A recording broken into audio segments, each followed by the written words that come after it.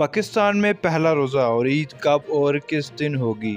रोयत हलाल कमेटी का ऐलान। रमज़ान के मुबारक महीने की आमद है और पहले रोज़े के हवाले से रोयत हलाल कमेटी के सेक्रेटरी जनरल खालिद एजाज मुफ्ती ने ऐलान किया है कि मुल्क में पहला रोज़ा 3 अप्रैल इतवार को होगा, जबकि ईद उल फितर 3 मई को होगी।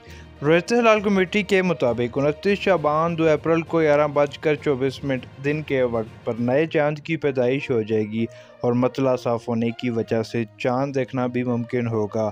शवाल का चांद 30 अप्रैल इतवार 1 मई को रात 1:28 पर पैदा होगा और ईद 30 रोज़ों के बाद होगी।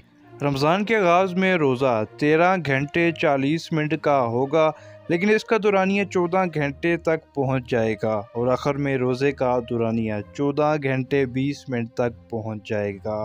जबकि फवाद चौधरी की रमज़ान और ईद के चांद के हवाले से पेशन गोई की बात करें तो गुज़िश्ता सालों की तरह इस साल अभी तक फवाद चौधरी ने कोई पेशन गोई नहीं की ईद और रमज़ान के चांद के हवाले से। लेकिन अगर इन्होंने कोई पेशन गोई की तो हम अपने नाज़रीन को इस हवाले से लाजमी आगाह करेंगे।